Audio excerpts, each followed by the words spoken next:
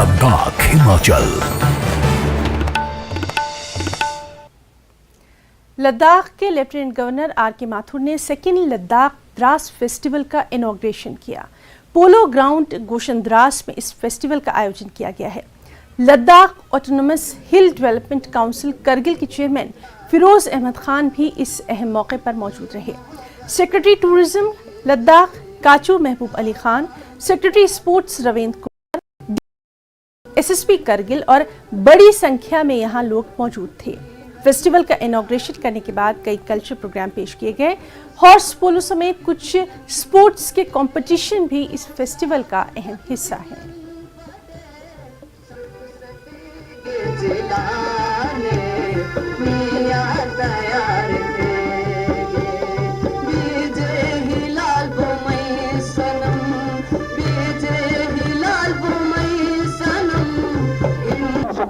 Centre line पे अभी तक दोनों टीमें गोल करने के लिए बनाम बॉल को लेकर आगे बढ़ रहे हैं।